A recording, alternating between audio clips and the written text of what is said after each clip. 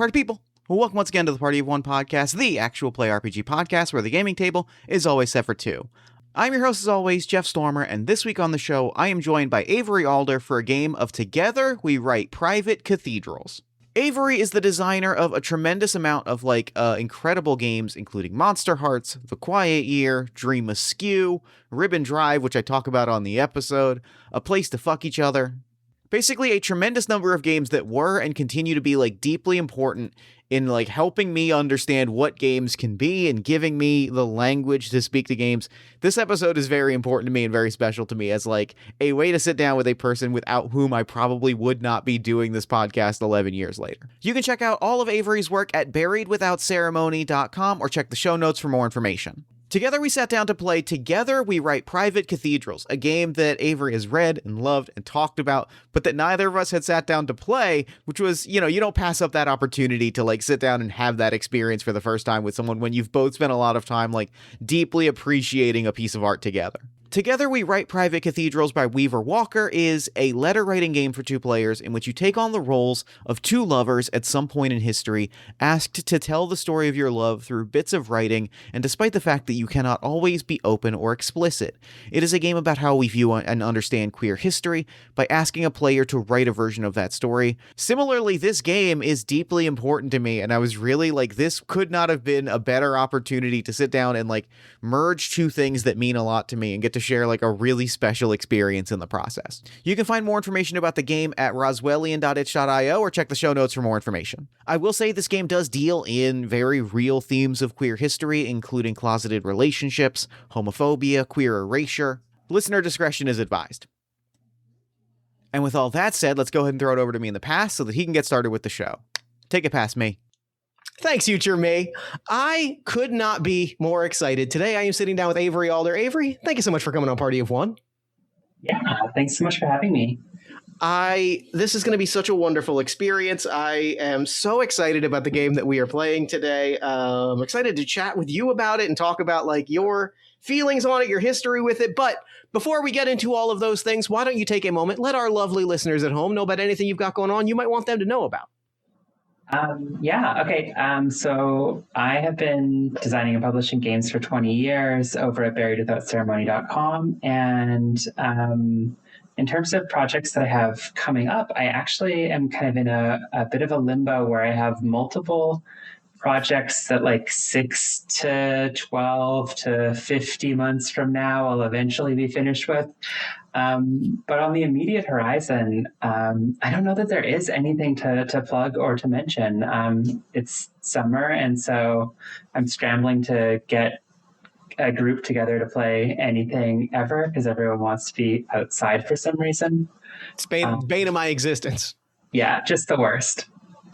I love in this bit getting to give people their flowers, and I truly want to say I don't know if without having discovered your work in particular that I would have fallen as in love with role-playing games and specifically the story game indie space that I occupy and have occupied for the last decade if I had not if somebody had not said to me, Jeff, I think Ribbon Drive is your vibe. You should look at it. I think it's fun.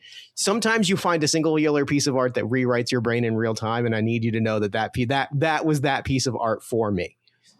I mean, I love that it was Ribbon Drive in specific that you mentioned because it's been a long time since I put that out. And I don't feel like I get to hear that name as often anymore. But honestly, that's the thing that I have made that I'm most proud of, that I also feel most transformed by out of the things that I've designed. So I'm so happy to hear that. Yeah, it truly, I mean, I think role-playing games and mixtapes are my two artistic languages I think that I've spent the most time with, and blessed to the person that said, hey, Jeff, those are your two things. Look at this. And in reading it and I can still tell you the first time that I played it with two dear friends, we ended up There was the thing I remember most clearly is that there was an entire subplot about werewolves, and we were traveling cross country to, I think, possibly kill Dracula.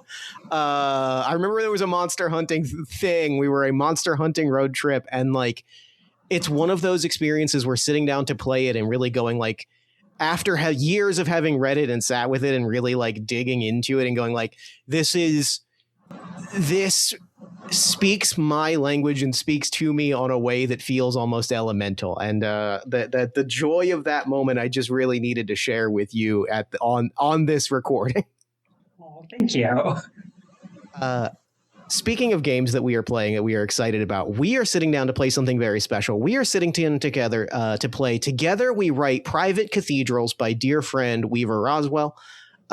This is a game about queer history and about queer communication and about queer connection. And you have a particular history with this game because when I floated a bunch of options to you, you had raised this one as one you were especially excited about. Talk to me about like what you are excited about to sit down with today. Yeah, okay, so Together We Write Private Cathedrals is about the letters that get written and then often not delivered between two queer lovers. I think like typically in a historical moment. And this is a game that I have loved and that I have pointed to and that I have talked excitedly about for years. It's something that I've brought up like in a lot of talks that I've given about queer mechanics and what it means for a game to be queer, to not just feature queer characters or to have kind of that surface level representation, but to be at its core and at its root fundamentally queer. So this is a game that I've thought a lot about, I've talked a lot about, I've hyped up a lot, and that I've pitched to multiple people over the years. But it's a vulnerable pitch because it's like, hey, you want to hang out and pretend to be my estranged, complicated lover and to write erotic letters to one another for a few hours? Like that's a weird thing to ask a friend to do. and so I made that pitch a couple times. Nobody took me up on it. And so I was like, okay, well, I guess that's just like a weird idea of a fun time. Maybe I'll just stop pitching this game. And then when you pitched it, I was like, oh my God, finally. This is the game that I've been waiting to play for years. So I'm really excited. One, the call out that sometimes you hear a sentence and it really puts your entire creative career into focus because hearing you say the words, yeah, this is a weird pitch, and then sitting back and going, yeah, no, now that you say it, it is. And it is weird that I pitch this. That I pitch variations on this game so often to people, but like that is my lot in life and that is a role that I cherish. And so, but like when you said that to me, you know, I said this in an email, but like the journalist in me was like, well, that's the game then. You know, we have a bunch of options. I was like, this is the one because I want to capture the experience of you having this experience on mic because that is, you know, when opportunity presents itself, that is magic in the making. And I think, go ahead. Oh, I was just going to say, I love that when we were talking about what game we play, it was between this and Slug Blaster, which I feel like the tones couldn't be farther apart. The mechanics, the tones, the vibes could not be more different. Full agree. And I laughed very hard that it came down to those two games for that exact reason. And I think you've hit it in the head of like, I think the thing that I am really gravitating towards is, you know, there is the essential queerness and the complicated history of it all. And I think like, as we start to talk about, you know, who our characters are, where they are, how they relate to one another, which the game, you know, explicitly says to not really get into details beyond like an immediate place and some names and relationships. But as we start to think about those things, I think the thing that like really captivates me about this game is the way that it grounds itself not just in you know, narrative history or like an idea of history, but it grounds itself in this very real picture of these were the very real lives of generations of queer like relationships that have been preserved in writing, and like the way that it really occupies that very true sense of history really makes it stand out in my brain as something that I'm really excited to dig into. And I think, you know, I am excited to really find a historical setting that speaks to both of us. And so throwing this to you, like, what immediately is on your mind as you start to think about like times, places, people, that sort of thing? Yeah. So because it's a game about queer history, I feel like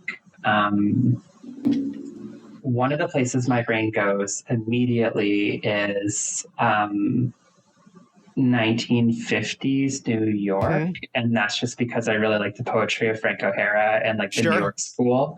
And so that's like a time and place that's immediately on my mind. That and like 70s San Francisco. So those are like the most obvious kind of quintessential spots my brain goes. But then also, I've been thinking a lot lately about the place where I grew up and like wondering how many of the grown-ups that I grew up around like had those private lives that I didn't know about. And so I would also pitch like mid-90s rural remote logging town in the middle of nowhere. It's so funny because I feel like I as you were talking, I was like an idea that I was bringing to the table that like popped into my head just as a time and place that I think about a lot. We were very aligned because, you know, where the thing that I think about more than maybe most people is the like, you know, the thing that I studied in school, my academic background, my lifelong reading background of the history of the 1930s New York comic book publishing industry. It was where my head was at. So you talking about 50s New York, I was thinking about it in the context of comic book history, and I was like, there's a lot of interesting things happening there that are very captivating to me. And then you said 1990s rural logging town, and I was like, that throws out all of the things that I was thinking about, because that is such a compelling and captivating pitch that also aligns unexpectedly with, aside from the logging element, like I also grew up in a like small rural like community in the early 90s, and there is something very, very captivating about that, and I really want to chase after that because I think there is a fascinating, that is such, there's so much rich soil to till there that I'm really, really captivated by that pull.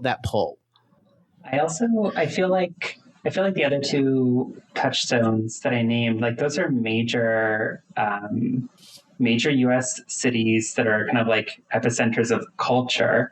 And so if we're going to be playing like a very specific decade in one of those very specific cities, like there are a lot of references that I feel like you're supposed to know to get right. But like rural, blue collar, like backwoods towns, like the details all blend together. The decades kind of all blend together. It's a time after electricity was invented and before cell phone towers went up.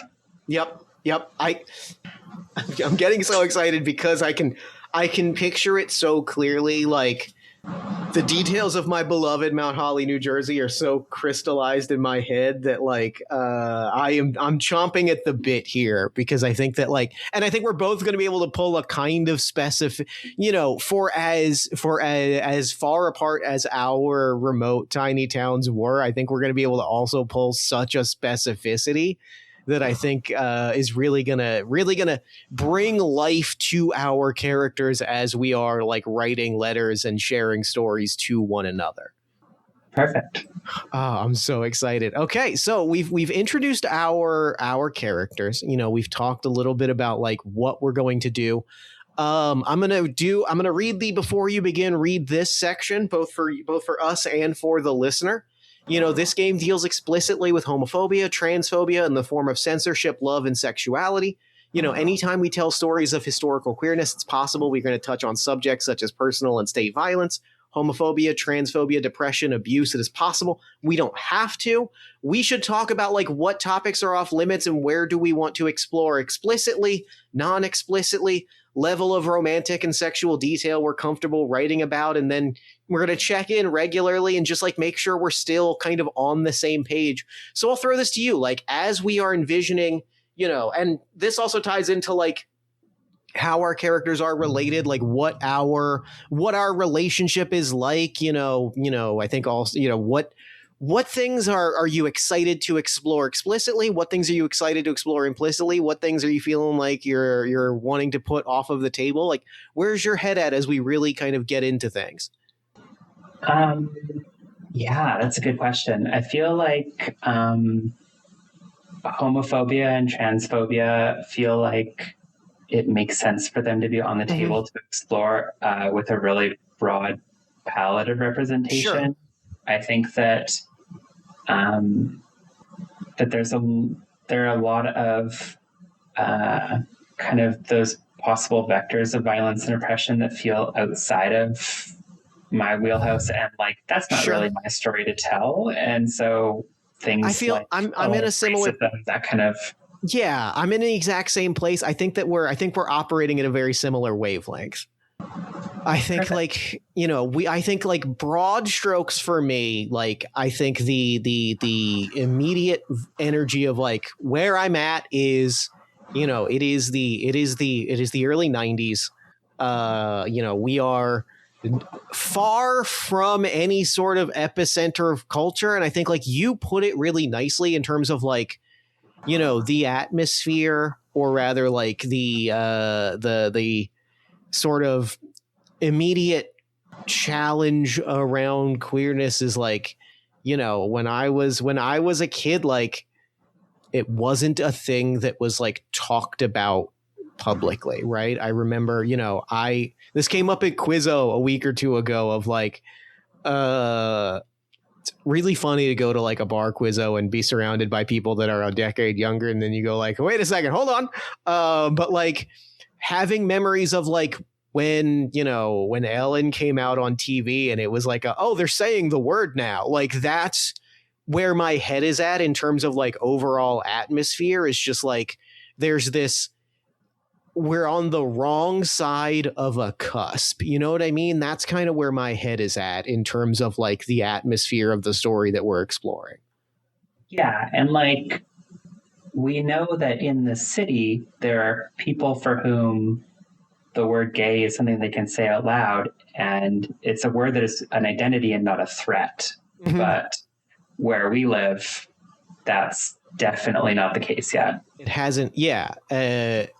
I think we're on the exact same page. So I think final question, I think as we name our characters, what do you see as the relationship? Are we, and I think related to that, I think the one thing I kind of want to throw in is like, are we close? Are we long time partners? Is this a new romance? Is this, and like, what are you seeing in your head in terms of like age ranges? Is this like a college romance? Are we back in town, or have we never left to begin with? What worlds do you want to explore? What aspect of this world it really excites you?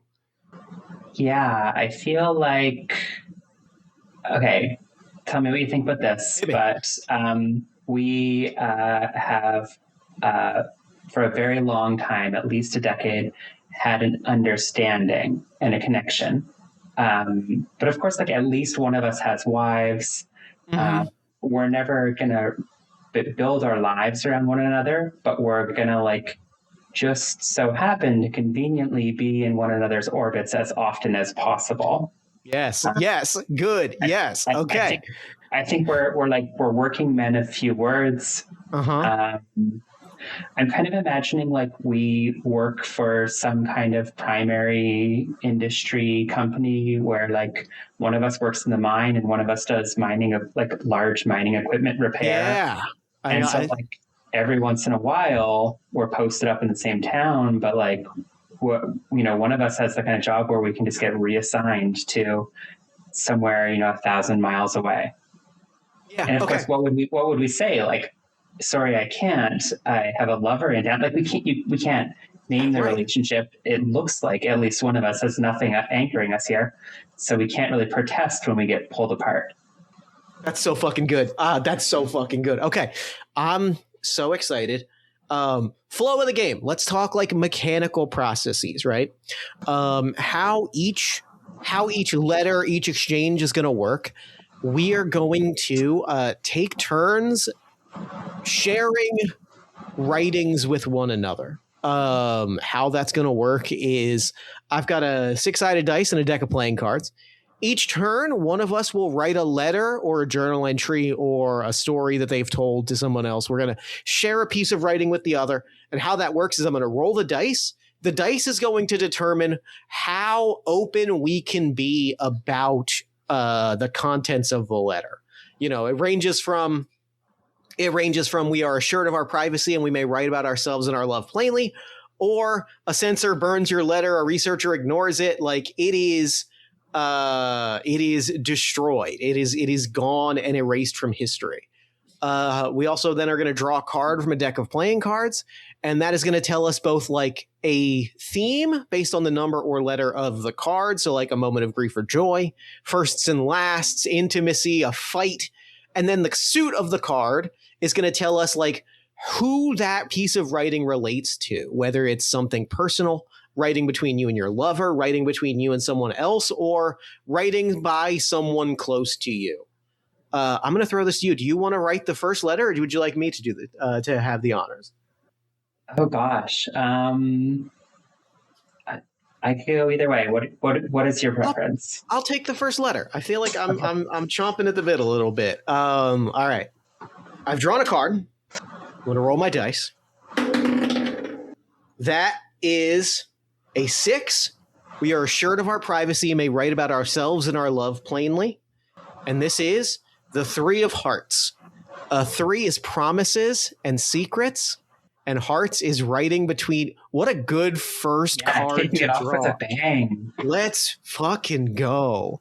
Private correspondence, a note left on your shared kitchen table, a paragraph of prose you wrote for them. This writing is for them. It is a promise. It is a secret. And it is in total confidence. Where do I want this letter to? I really like a note left on a shared kitchen table. Ooh. And I think it is, I'm gone when you wake up. There is a letter that was waiting for you. Scrawled on, like, not a napkin because it's like at home, but like on the back, or like not even on the back because there's writing on both sides, like in Sharpie on top of a takeout menu. Like specifically, it is one of the threefold Chinese takeout menus, and it's from the drawer of takeout menus, stuffed to the brim with takeout menus in this one drawer. I've specifically grabbed the one that is printed in shades of like cyan and magenta, so that black Sharpie will be exceptionally legible on top of it.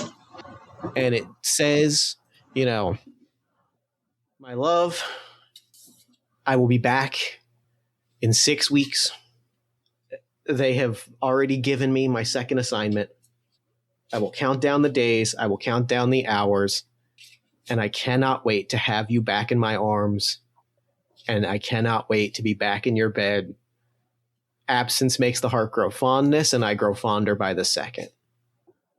And I think by the time you get this letter, I don't even know if I'm trying to decide. Maybe I'll throw it to you. Do we feel like it's a company bus? Do we feel like they're kind of shipping out any technicians or anybody, like they've got it? Or is it like I'm straight up hopping a Greyhound? I think whatever bus out of town is already leaving, but like what visual feels more appropriate to you? Yeah, I feel like Greyhound to the airport. That feels great. Yeah. The Greyhound, we see the Greyhound pull up at the airport. That letter is waiting for you. That is our first exchange. Okay. And I think that like, reading over that letter, my heart would sink because you never use flowery language like that. You never say things like "my love" unless you're going to be gone for a long time. Like you're saying a few weeks, but I know this is like 6 to 12 months away trip language. That's brutal. Okay, this tells me so much. I'm so glad you added that detail because that gives me so much about like who I am and who this character is that I'm ready to lean in. I'm ready to really encapsulate who this guy is. Awesome. Okay, is there anything else that we do before moving into the next letter? I don't think so. Let me confirm. We've agreed on some details. Take turn writing bits of the record. When you draw a card and roll the die, you determine the right. We refer to the oracle.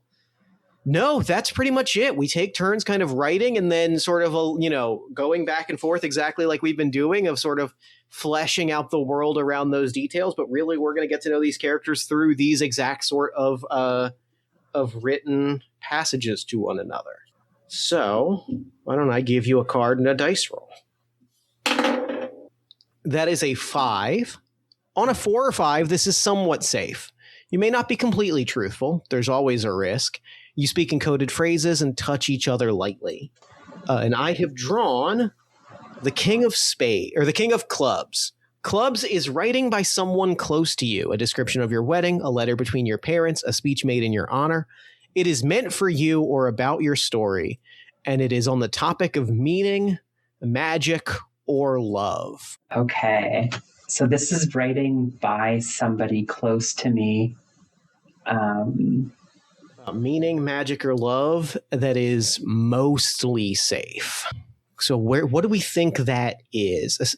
I think the combination of mostly safe plus someone else writing about you is really interesting, and I think that opens up really interesting possibilities for like where this particular writing is happening. Yeah. Okay. I think I've got it. I want to know though, what is your character's name? Character's name is I'm going to go with Roger. Roger. Okay. And Roger's the one who is often getting. You said you're the technician. You often get told to travel for work, and so I'm the one who holds down the fort here in our hometown. My name's Lyle, I think, and this letter is. This is from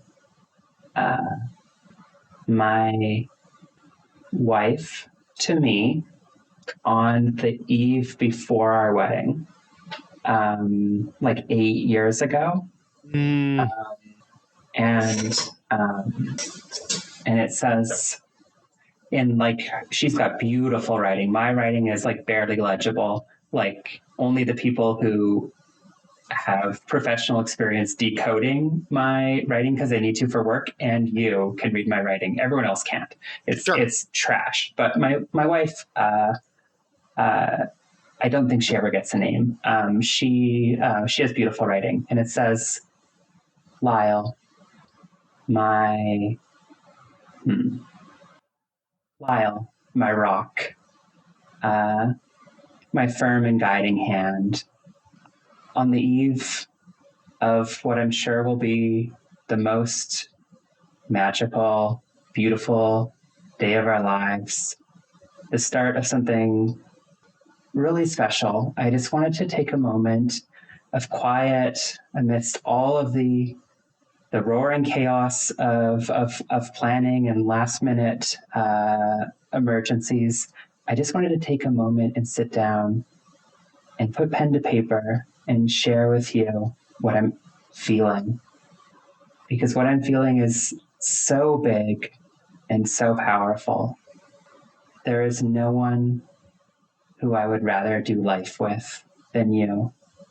You are such a good man.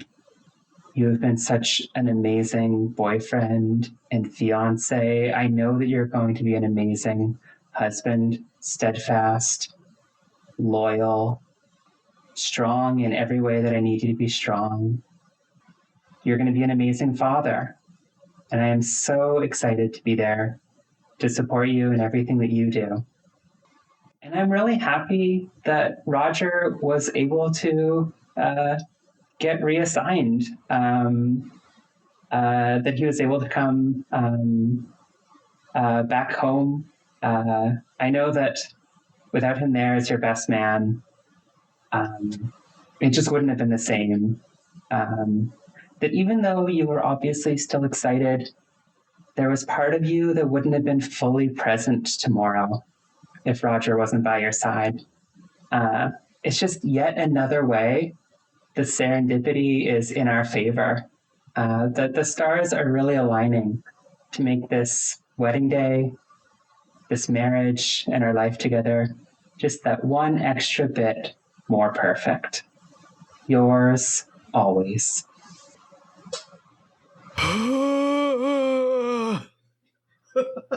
Yes, great.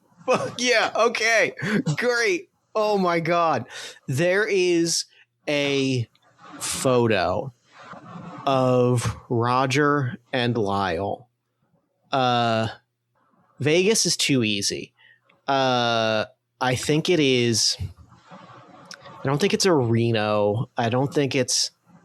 I'm coming back. I'm dancing around Atlantic City, but I feel like it's in Atlantic City. It's like not a super getaway city. It's not a debauchery and sin city, but it's a kind of the next step, or like it's a step or two down from that. There is a photo of Roger. Is it Tahoe? Tahoe feels right. Tahoe feels very good. There's a photo of like the bachelor party in Tahoe. And there is a photo of all of the groomsmen are laughing very hard at it. And there is a photo of Lyle laying horizontal and kind of hand under the chin and like arm in the air as all of the groomsmen are like holding him up, and Roger happens to be the one at the head, and his hand is just like lightly grazing Lyle's cheek, and it's just like it's in Roger's wallet. Like it's a maybe it's not even the wallet. It's like in his apartment or like whatever apartment he ends up like in. Pinned to the flip down of the in his truck. Oh my gosh, the visor thing that blocks the sun. Yeah, that's exactly where it is. Yep, we're in his car. It's pinned to the visor. And it is like if you were to look at it at the time, or if you looked at it, it might just look like a bunch of bros being ha ha ha how silly. But it was pinned to that car until that car got sold. Mm-hmm. Oh, hell yes. Okay, great. Let me roll my next dice and my next card. The thing that I think is so fun and so like simultaneously challenging, and like I'm honoring the spirit of the game, and like it speaks to the spirit of the game and the spirit of play, of like it's kind of explicitly stated in the game to like not fill in those gaps. You know what I mean? It feels at odds with the spirit of the game to like hear that letter and like explicitly ask the questions that rise from that. Mm-hmm. Because it partially like that's piecing together a story in the historical, is like we don't have those details, like what did she know? Like we don't have those, and we might never have those. It might come up in another piece of writing, but like it's compelling, and like those gaps are a thing I was not anticipating that like hurts and frustrates, but in a way that feels entirely in the spirit of play. And I just want to shout that out as like a distinct joy of the game itself. Yeah, that is a distinct joy, that pain. Yeah. Okay. Also somewhat safe, not completely truthful, coded phrases, touching each other lightly. This is Diamonds, a writing between you and someone else, a story to a friend, a draft manuscript, a letter to a dear friend, a post on a queer message board. This is a 5. This is firsts, and this is firsts or lasts. This is a post on a message board from Marcel Geller, 1978, that says, I can't believe they got away with showing a gay wedding on TV. I was so certain they would show it off screen or cut to the reception. Crazy to think that millions of households saw this play out in real time. What a fun time to be a fan of TV history. What a cool thing to see. Can't wait to see what the writers cook up next season. And if you look at the post history of Marcel Geller, 1978, it is almost exclusively commenting on the episodes of Friends that involve Ross's ex-wife, girlfriend, his ex, and her new partner, and talking about like how crazy it is to see that on TV.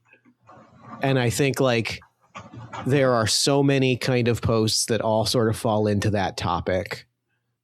And this is, I don't know that there's a lot of posts after this, but I think this is one of the last posts that account makes. Awesome. I love that. All right. Would you like your next card and dice roll? Hit me. All right. Rolling hot today. That is a 6, completely safe. And this is the 2 of spades. Spades, you are writing something personal, a diary, a memoir, a note in your planner, draft of a poem. And this is a 2. So family in whatever form that takes, whatever that means to you. Oh, okay.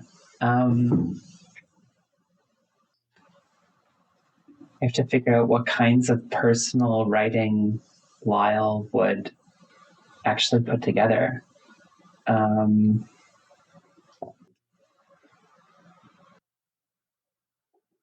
Okay. I think that Lyle has never written a diary entry in his life, and never will. That's the kind of thing that women and queers do. Mm-hmm. Sure. And so it's nothing like that. What it is it's one of those yellow lined paper pads. Sure. Yeah. That he's written on with a mixture of ballpoint pen at some points, like one of those thick, useless carpenter pencils, just like whatever he could find. And it is like a couple aborted theoretical sketches of a possible logo, and some like very rough potential like budgets and lists of guys that could potentially be recruited to work for this theoretical company. Sure. The Lyle has been at this point for years kind of toying with the idea of starting. And a historian would have to really read between the lines here to see that this is a company that does like mining safety analysis and like machinery repair, work that, multiple times on multiple pages, he's restarted doing up a budget, restarted like writing specifications, restarted the list of people who he could get to come work with him. But it's always me. Oh my gosh, I'm blanking on your character's name. Roger. Roger. It's always like me, Roger. And sometimes it's like me, Roger, Tim, Eric. Sometimes it's like me, Roger, Eric, Buddy, John H. But it's always just me, Roger, me, Roger, me, Roger every time. And he keeps on, trying to do up little budgets, writing various companies that they could probably, develop a good working relationship with. But it's just always page after page, me, Roger, and who else can I bring in to make this company work? And the thing that's not expressed is my family, like my literal wife and children, aren't who I think of when I think of family, and they aren't who I think of when I imagine planning my life. And when I imagine my future, it's always me and the guys, me and the guys who I work with who have proven that they're solid over the years, me and the guys who've always had my back when things get tough, me and Roger. Yeah. And of course, he'd never say it. He'd never outright say, like, I have for years been fantasizing about starting my own company, not because I want the added responsibility, but because I want control over whether Roger is close to me or not, whether he's constantly being shipped halfway around the country. But all that actually hits the page is half-finished logos, harebrained, half-formulated budget ideas, and then lists of guys that always starts me, Roger. Incredible. Okay. That is a 2. This writing is public. Your love will be evident to those who know where to look, but it cannot be obvious. And the card that I've drawn is the Ace of Spades.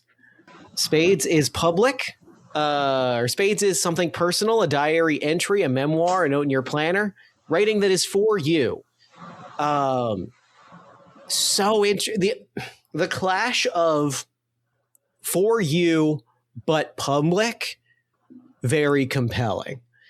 And a moment of grief or joy. I think I know what it is.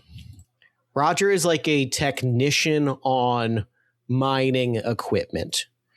And I think a lot of what that constitutes, and partially like what gets him pulled away for a long time, is like troubleshooting mechanical error. Partially almost like investigating mechanical problems. Like if a machine breaks down, or more pressingly, and I think like true to the moment that is captured here, investigating if someone gets hurt in a mining machine accident, determining if it was a fault of the equipment, if it was user error, if the company is at blame, and of course the company is never at blame, and like writing down like detailed accounts of like what led to an injury occurring from a piece of machinery. And the report is very dry. Engine was activated without safety valve A6 being flipped. This led to added fuel into the, et cetera, et cetera, et cetera.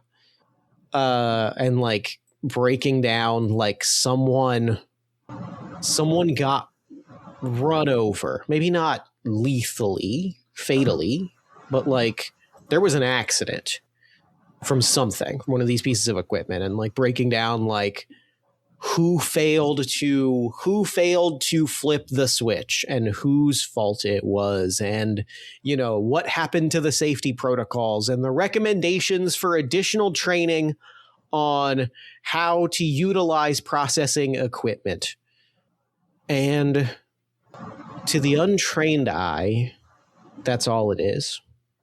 but one does have to ask the question, why, or maybe a historian would even ask the question, why there's a side note that says, like, Lyle, capably activated an override. Lyle capably, with sure hand and steady resolve, activated security override, and goes back a little bit to that note on that Chinese takeout menu. But the language, a historian would look at this, and maybe nobody batted an eye at the time, but a historian might look at this and note, in those 5 words, with sure hands and steel resolve, like, that's not technical speak. That's narrative speak. That's a change out from technical writing. Why include that here? Why add that detail? And why specify so carefully that Lyle was not only not involved, but was like a key reason that it was not worse? Like, kind of, there's layers to it, but I think it's really just comes down to those like 5 or 6 words, with sure hand and steel resolve. Like, there's something there if you care to look at it years later, but that got lost at the time. Yeah. All right, that is a 3 public, evident to those who know where to look, but it cannot be obvious. And that is the 6 of diamonds. 6, separation or longing. Diamonds, between you and someone else. A draft to a friend, a manuscript, a letter, a post on a message board. Meant for the world, but about the 2 of you.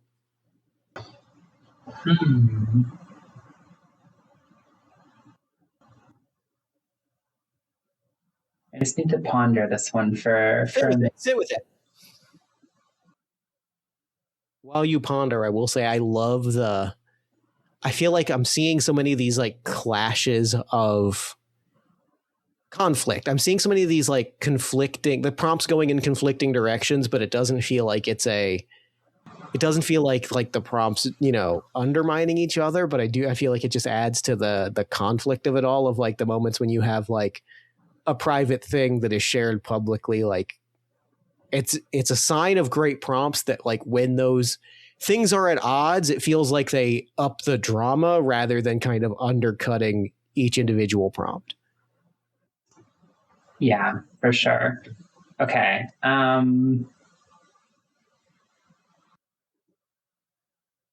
This is a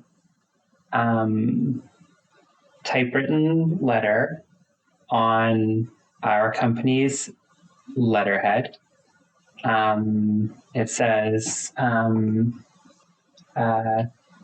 to the hiring team at Tech Rothschild, I am writing today to, with no reservations, recommend my long-term colleague, Roger, for the position of regional lead technician / manager. I was devastated to learn that Roger would be leaving us here at Prosperity.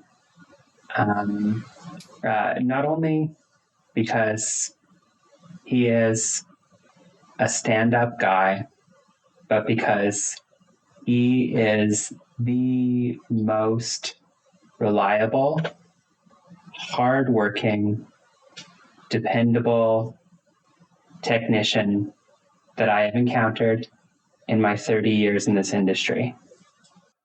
With an acute eye and deft hand, Roger manages to deal with problems before anyone around him has even realized they exist. He is the person I would turn to in a crisis before anybody else.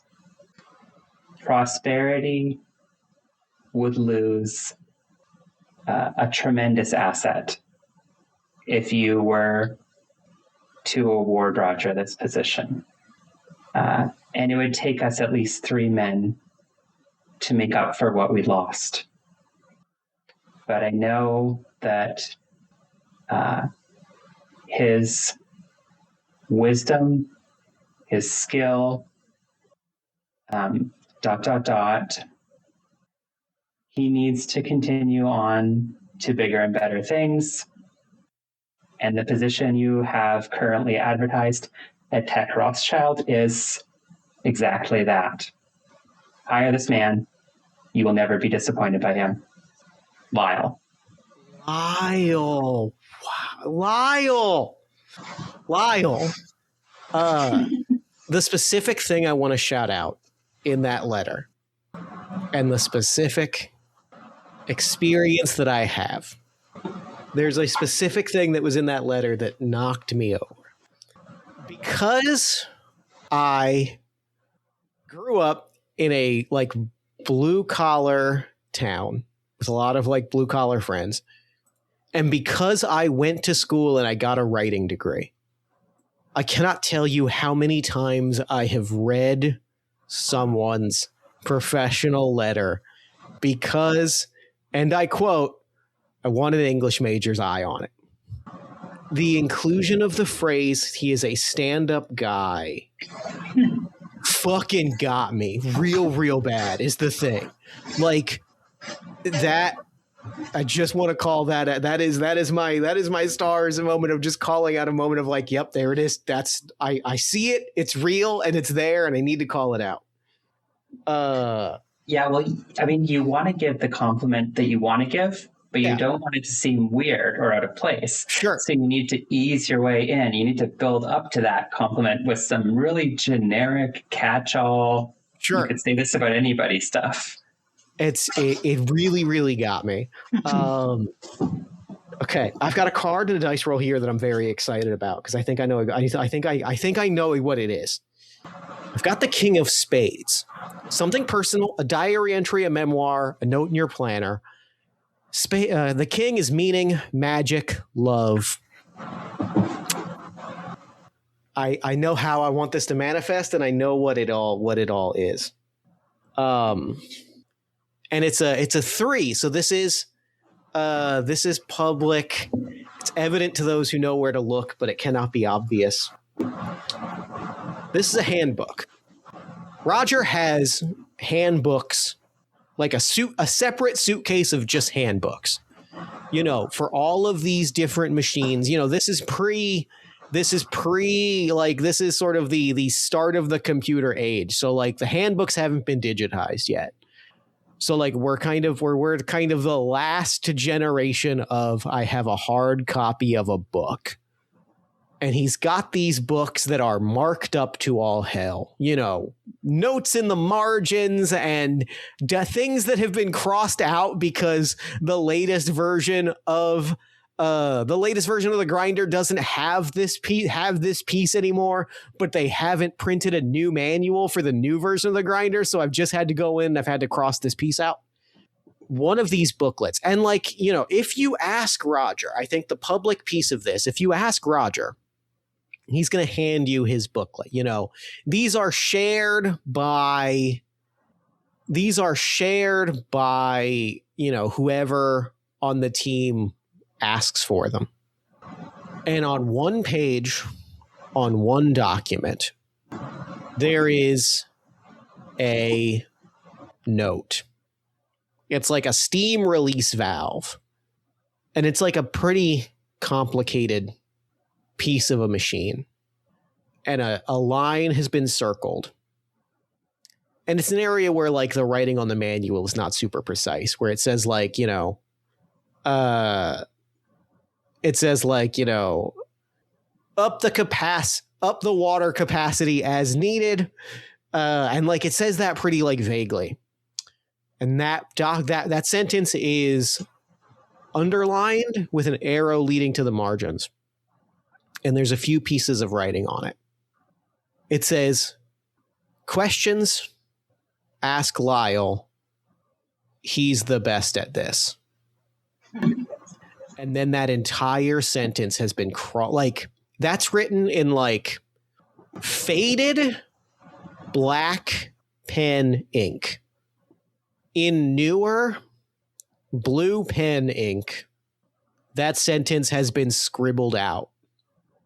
The page is almost wrinkled for how aggressively that line got scribbled out. And then underneath that still in newer red ink, it says, ask Lyle, he's the best. Any questions, ask Lyle, he's the best. As though it had been scratched out in a fury and then rewritten later. And that's my note. That's my note on meaning and magic and love and the public display of it. So good. And the history that implies. Where are we at time? We could do you want to do one more each? Let's do that, yeah. All right. I will draw you a card. I will. Oh, okay. We were going to get here eventually. You have got the 5 of spades. Something personal, a diary entry, a memoir, note in the planner. This is firsts or lasts. And this piece of writing does not survive. A censor burns it. A researcher ignores it. Your family hides it in shame. Complete your turn as you would normally. Share it with your partner. And because we are playing over the podcast, describe how it is destroyed. It does not become a piece of history. So it's the letters L plus R. Mm-hmm. And they're carved into wood. And they're carved into wood in 2 places. The first place is on the side of that old bridge on Talamac. Not the new one, but like the old one that's like 15 feet away from the new one that they didn't bother to tear down because it's just more efficient to just leave it to rot.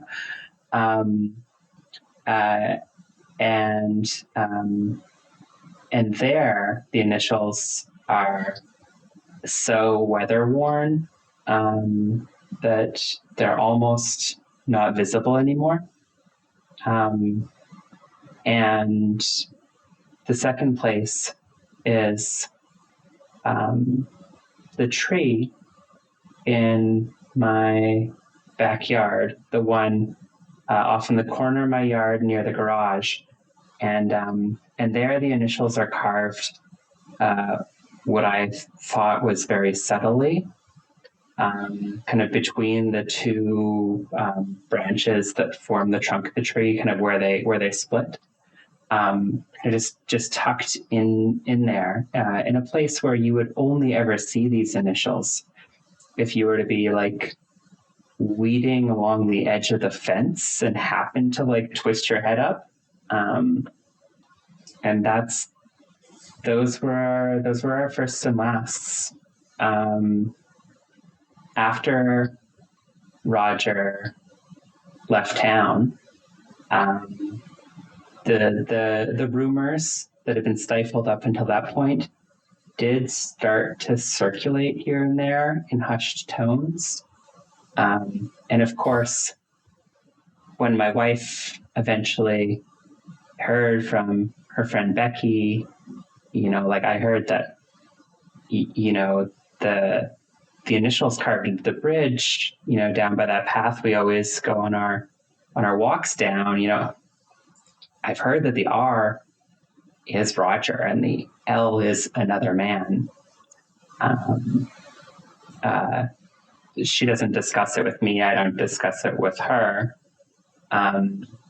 But that next spring, I come home from work one day to find the tree has been chopped down and an arborist is like pulling up the stump, and she's got plans spread across the kitchen counter of the re-landscaping that we're going to do in the backyard. Something about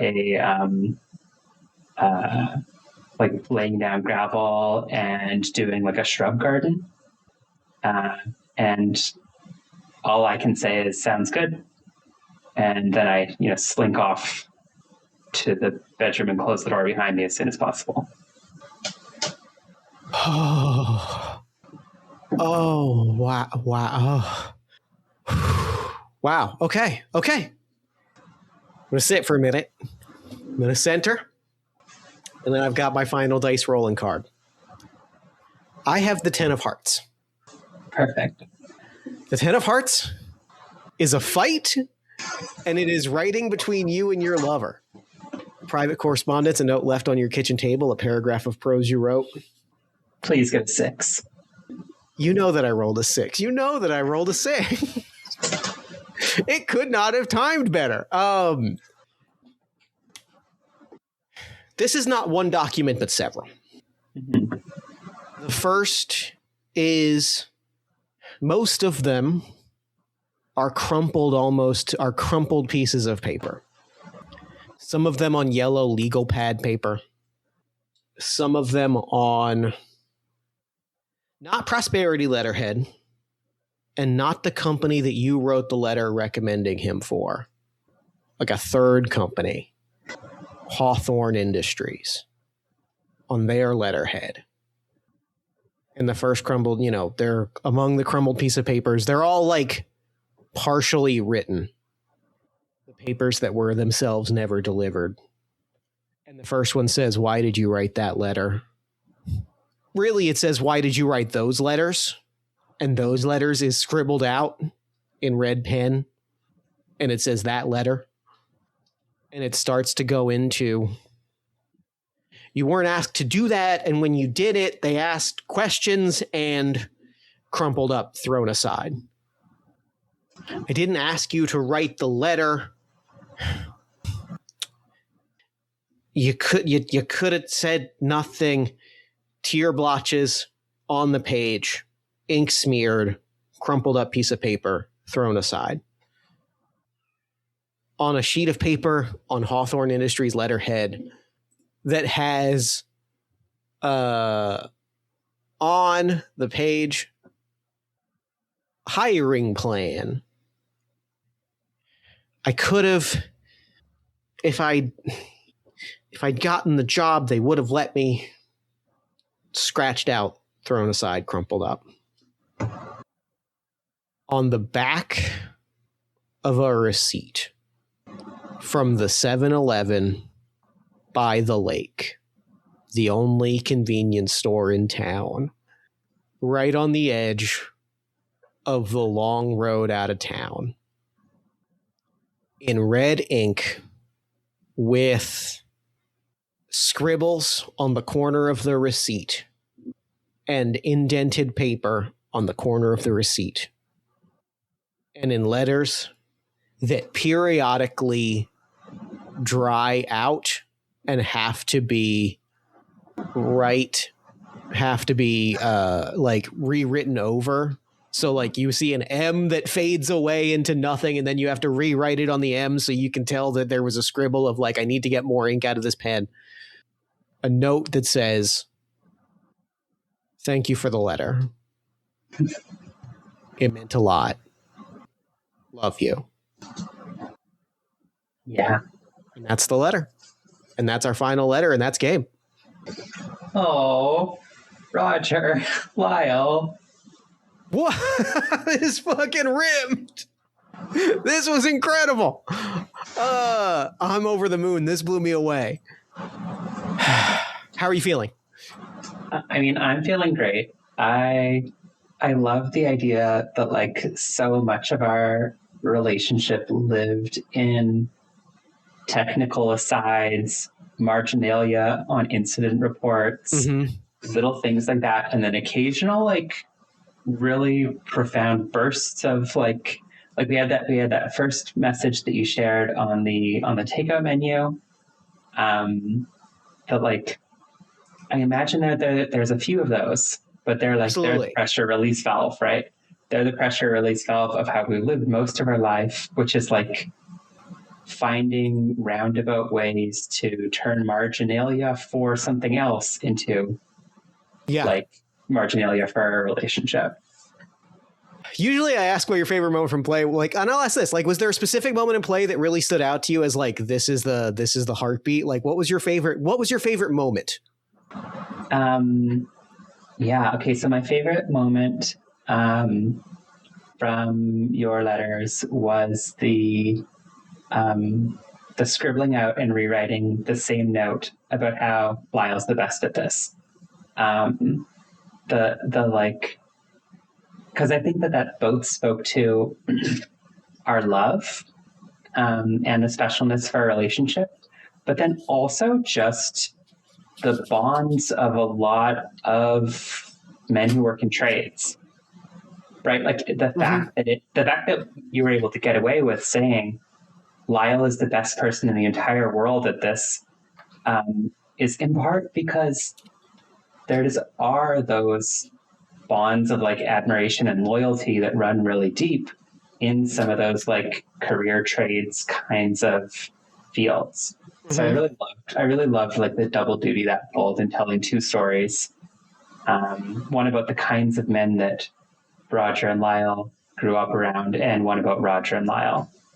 And then for my own letters, I really liked getting to write the letter from the wife, actually. That really hit. That went crazy. Yeah, I think that was great.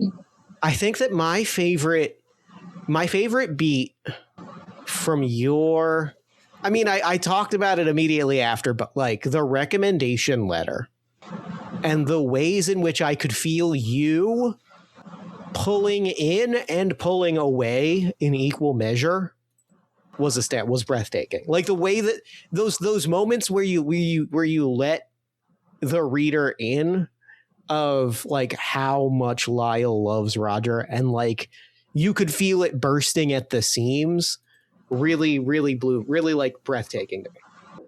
And I think like for me, it's, you know, when the dice, when the prompts and the mechanics and everything like all line up, because that moment of like hearing you say, like staring at the card, because it is my my personal failing that I will never change or apologize for is that like when there is a prompt based game, I will flip that card immediately while you're talking and just have it in front of me and just let it linger for me. But like the moment that you said the words, like words start to spread about Roger when he moves out of town and being like, oh, we had a fight.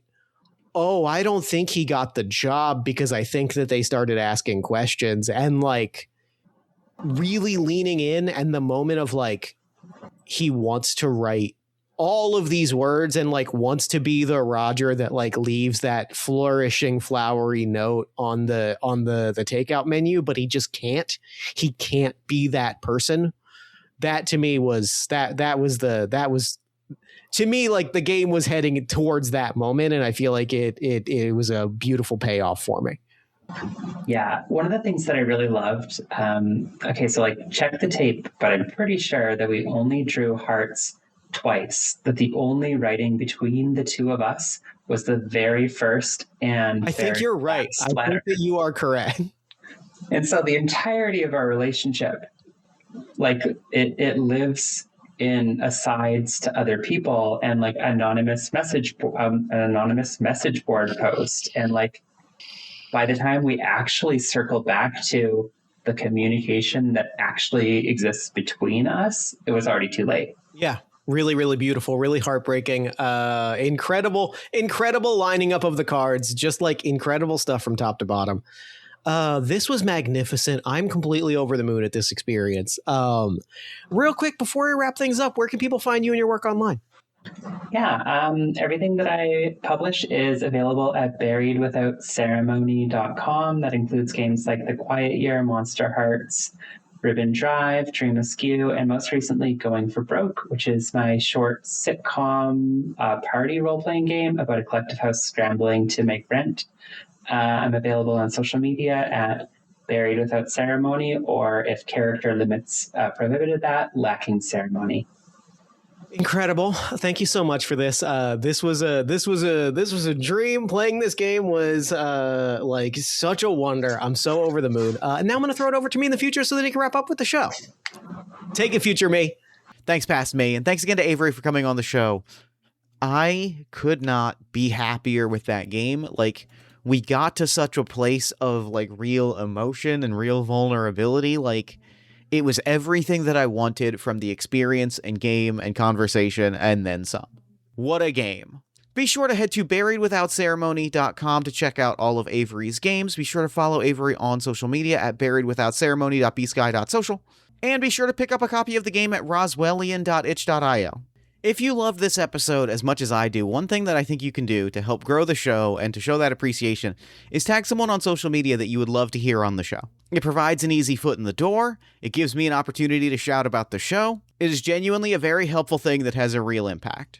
Party of One is produced and edited, as always, by Jeff Stormer and Jen Frank. Music for the show comes from the song Infinite Lives by Megaran, featuring the D&D Sluggers, and the Party of One logo is by Evan Rowland. If you'd like to inquire about advertising rates, press coverage, or about being a guest on the show, shoot me an email at partyofonepodcast@gmail.com.